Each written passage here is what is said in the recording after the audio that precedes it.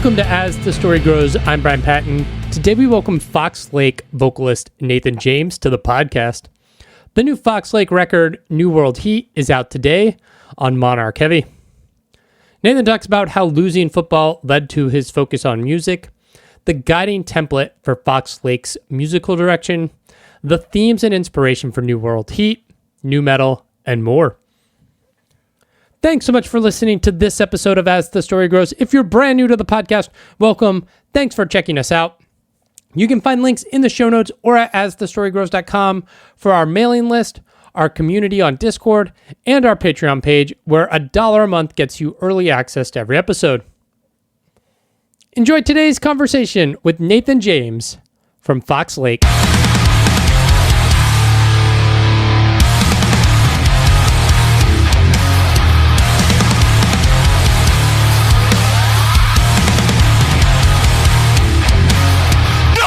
I'm done with the bullshit. Pure adrenaline. Pure adrenaline. Long gas, no brakes, no limits, no fakes. I feel like every day, if there's some new technical issue, somebody has. Right. Yeah. It's always different too. Sometimes it's like Zoom. Sometimes it's right. Whatever it is. Right. I considered switching to Google because I've had to use that in a pinch a few times. And I'm like, I don't know, is this the easiest thing? Everybody's got Google, but that doesn't always work either. So, right. Yeah. Well, thanks for hanging out. Just you today? Just me today. Yeah. That's cool. You were up in Colorado? Yep. Mm-hmm. Yeah. How you guys surviving early summer so far? It's great. Yeah, man. It's great. The pollen has been really tough this year. It's like one of the highest pollen counts or whatever you say. I don't know how they measure it. Yeah. But it's apparently like I was talking to somebody and they were like, oh yeah, it's the highest in like however many 100 years or something. Oh, nice. So it's crazy. It's like it sounds kind of lame, but like it really is crazy. Like you'll brush up against a tree and it's like an explosion. Yeah. Of like, or like I'll just come outside, like in the morning and my car is just caked with like yellow. Yeah. It's brutal. It's joyful.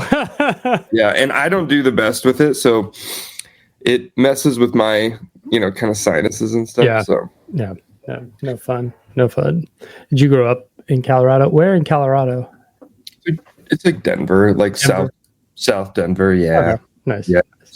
Nice. It's pretty much just Denver. Yeah. It's the closest hub that people know. Right. Yeah. What was growing up like? Pretty. I don't know. Normal. No, it's all right. I was homeschooled, so okay. Yeah. Did that whole homeschool thing, and even like in high school, I went to like a different like college prep school, so it was like you only go 2 days a week, and then you're like homeschooled the rest of it. Yeah. But it was really more like learning to budget your time as like a high schooler, like you'd get homework on Tuesday and be like, it's done on Friday and you don't have anything else to do. Yeah. But get it done. So yeah. So that was, I guess, a little different, but it gave me a lot of time to play music. Well, that was my next question, because I was homeschooled junior high and high school. And around that time is when I discovered guitar, and it was like, I'm done with school at noon, so I could spend all afternoon skateboarding and playing guitar. Right. Yeah. Nice, dude. Yeah. I was the same. I actually was super into football. Okay. And so, and I was pretty good too. And so I was playing like pretty high level, like, youth football. And then, but then because I was, homeschooled, I started playing high school, and I was able to play like 1 year. And I was really good. And like, that's what I was doing. I was like playing for this like big high school. And then the board or whatever came down and was like, no, you can't play if you're not attending that school, like even if it's in your district or whatever. Mm-hmm. And so I had always loved music, but it was never like my main thing. And so when football was like cut out, it was like the summer of my sophomore year, like before I started sophomore year. And then I was like, well, I don't have football anymore, so I gotta find something else to do all the time. Yeah. And that was music. Yeah. Nice. Were there like albums or bands that like you gravitated towards at that point, or was it just like learning to play an instrument? Yeah. So I always loved music. Like, so I was always into metal. Like, Under Oath's "They're Only Chasing Safety" was my first record that I ever bought, like with my own money.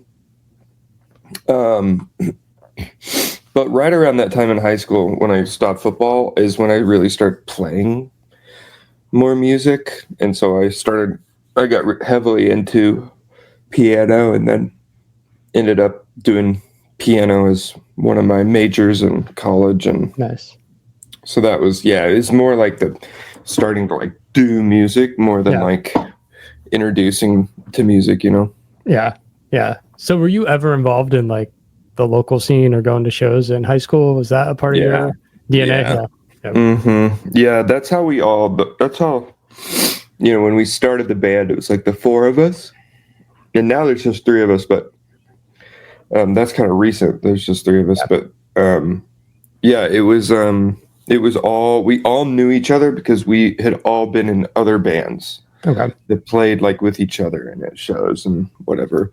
So we did the whole local thing, and all through high school, all through college. Yeah.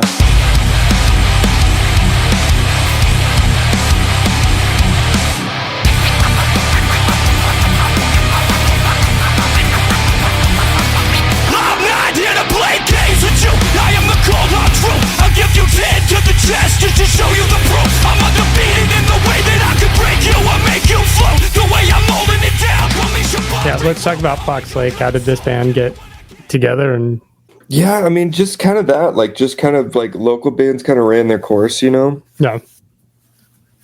And then, there was me and my brother who was our drummer, and we were like, well, this one band kind of ran its course, and what do we do? And we knew Brandon, the guitarist, and so he was in another band, and he had like recently quit that band or something, or that band broke up. I don't remember. Yeah. And we were like, all right, well, let's just kind of start hanging out. And then same thing with Zach. We were like, well, we need a bassist. We're like, oh, we need like Zach was in this band and they broke up or whatever. And that's how it started. And then we just started hanging out, It wasn't like serious at all. It only got serious around like COVID, like 2020. Yeah. Was that kind of the, I don't know, the great shifting of purpose or wherever, where it's like, now that you have this thing that's taken away, it's like, oh, that's the thing I want to put my time into? Or was there something else about COVID that made it like, all right, this is what we should really get serious about? Yeah, honestly, it was just kind of random, to be honest. Like, it seems like there would be this kind of cool reason, but it's not. It just happened to be that we slowly, over like 2 or 3 years, like just really took our time. Yeah. What was it? Writing 6 songs? 8 songs technically. I did 2 interludes on the first record, but it was like 6 songs. We took forever writing them, but they were kind of like what we thought it was like our best songs. They took forever to write. And so once we finished that record, we started shopping it around and got picked up by Modern Empire, which is a huge mistake, but we didn't know any better. And that's when COVID hit. Okay. So we had kind of like planned to do this and like planned to like release a record and whatever. And then it was like right around that time and COVID hit, and we were like, well, we kind of like already had this plan. I believe we had already like signed with the label and like come out with like a let's put out the record at this day, you know, like everything was kind of in motion. And so then COVID hit and we were just like, well, I think we just stick to the plan, you know. And we thought it was going to be like a killer, but then also I think what it kind of turned out happening is people were just at home, and without shows, I think people had more bandwidth to like discover nobody bands in Colorado and whatever. And so I think that actually helped us a little bit. I think if we would just came out, you know, like in the scene, you know, nobody knew us and everything was going normal, I just don't think we would have gotten some of the recognition that we got with, you know, during COVID. Yeah. It's such a weird time for bands where some bands kind of took off because COVID helped the discovery process. Some bands released records that were just like dead in the water. And like, I think there's a great reshuffling where people discovered heavy music for the first time or rediscovered a subset of heavy music that they were like, you know, maybe this isn't a thing we should shit on as much as happened. Right. Yeah. It was like right after COVID, it felt like all the bands that everybody kind of like talks shit about, they were like, no, actually they're really good. Right. I want to talk about the sound of the band. Was there like a North Star for you guys or bands inspiring your sound, or was it just kind of like, is this just the culmination of everybody's influences, you know, being worn on your sleeve? Yeah, I think probably more of that one. I think there's definitely big influences for us, and throughout like the history of the band, I think we've always kind of like know what we wanted to sound like, but I think there's been some things where like for our first record, we did more like rap kind of feel. And then for the second EP, we felt like we did like more metalcore and just like, and then the third EP or the Fear and Loathing, our third release, we did like more, it was like heavier. Did like some more like kind of deathcore, like heavier breakdowns. And I feel like those are all things that we wanted to have in the music, but I don't know if like on a release we ever feel like we really nailed everything cohesively. And so going into this release, that was a big idea for us, is like, hey, let's try to not say we need this breakdown or say that like we've already done this kind of groove or whatever. Like, let's not say like, oh, we should be doing X, Y, and Z. Let's just like do what feels right and do what we feel like we know we can do and we know what we want it to sound like. And so to answer your question, as far as the bands go, we really came back to Rage Against the Machine. That's always been like the number one for us. As far as like me personally for writing the lyrics, it's like Rage like never sings, but everybody knows the chorus or the hook. Yeah. You know what I mean? And so like that's a really big thing for me. Is like we're not singing, but like we want there to be like verse chorus and like catchy, you know, catchy choruses and sing along parts and stuff like that. And then obviously Limp Bizkit and POD is a big influence for me. And stuff like that. But I do think like for the most part, we were like, let's try to just be ourselves, you know, and not try to be heavier or try to be more rapping or whatever it is. You know what I mean? Yeah. There was this interesting point, I don't know, late 90s in hardcore where that hip hop influence kind of came in. That was not directly like nu metal, but it's like you could hear the hip hop influence in like, you know, Vision. Like Madball was doing like there's rap elements to Madball, and it's just like nobody would call them nu metal, but it's like like E-Town Concrete. Yeah. There's a bunch of there's a bunch of bands like that, kind of in the 90s, and now everybody loves them. Now everybody thinks they're so cool. You know what I mean? But like at the time, it wasn't cool. You know, and then like a lot of people in the hardcore scene obviously like don't think like we're cool, you know, and it's like, man, you just gotta do it. You just gotta do whatever you want. Like, if you like the sound, like we like that sound, right? Like we love E-Town Concrete. We like you know, we like that stuff. And so we were like, let's do that. And I think, yeah, I feel like we really found our stride of like, we don't want to be like a trap rock band, you know, we don't like trap rap kind of stuff. And I think finding that balance was hard, you know, at the beginning, but I feel like we kind of really landed on it with the new record. Yeah. And so, yeah, we're really happy with that aspect of it. Yeah. Yeah. As much as people like to shit on new metal, right? If I throw Rock the Party on, everybody's losing their fucking minds, right? Like, right? Everybody's down with that, right? Yeah. No, it's true. Like, everybody said, like, yeah, it's like new metal's a joke until you play like Snot or even some Limp Bizkit tracks, and everyone's like, this is so cool. It's like, yeah, it is cool. It's always been cool. Yeah. You know?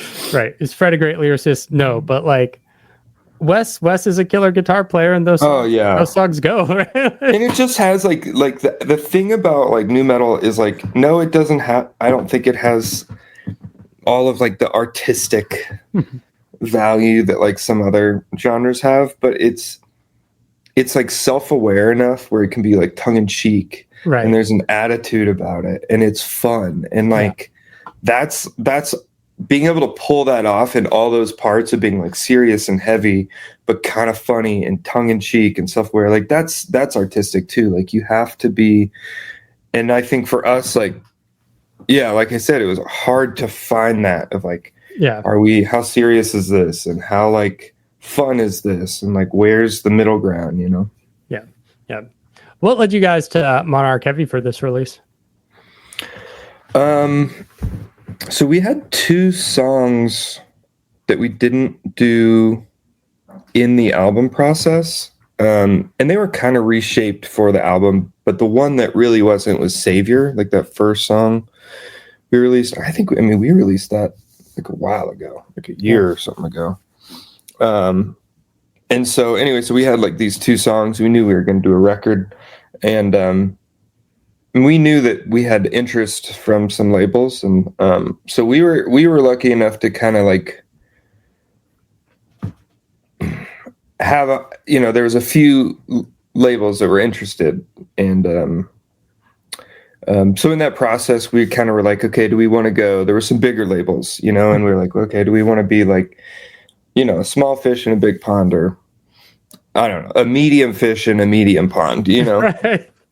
And I think we just decided on Monarch just because in our calls with them, they really pushed like how they wanted for us to like keep full creative control. And that was a big thing. And they also were like, they were just like, you're going to have like kind of a dedicated team that doesn't have like like, they're not like, you're not like one of their 10 projects or something. And so, so that's kind of where we landed. I think Under Oath being on the label was also a cool pull for me. Yeah. So, but they've been awesome. They've been really cool, very supportive, and yeah.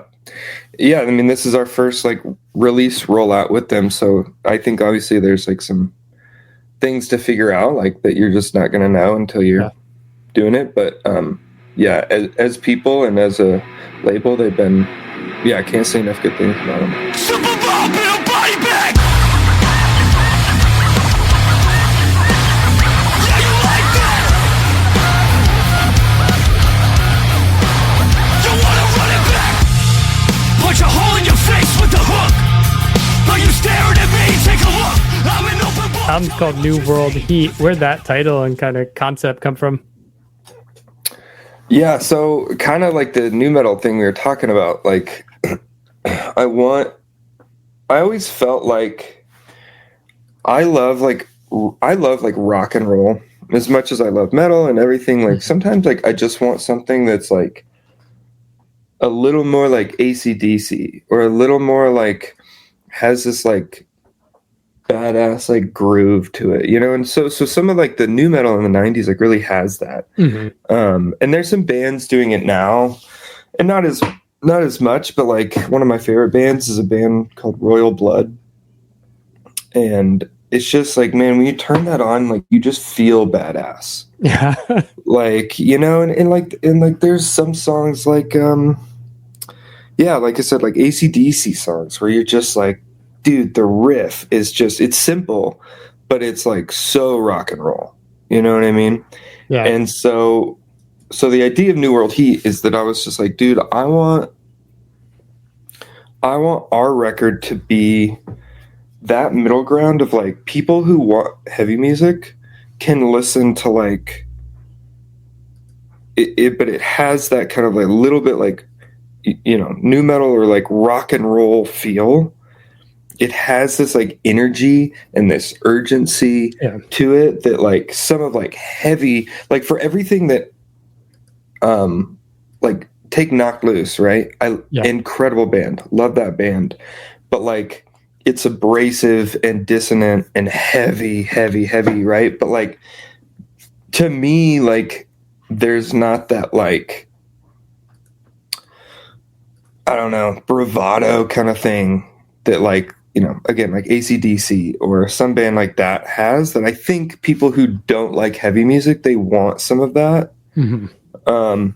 So anyway, so the New World Heat was like, I want to make music for like what we felt like politically and socially and internally was kind of like this new world that we were stepping into, and we wanted to just bring like heat to it. We wanted to bring like urgent, heavy, fast rock and roll, nu metal, like you know, we wanted it to feel hot, and then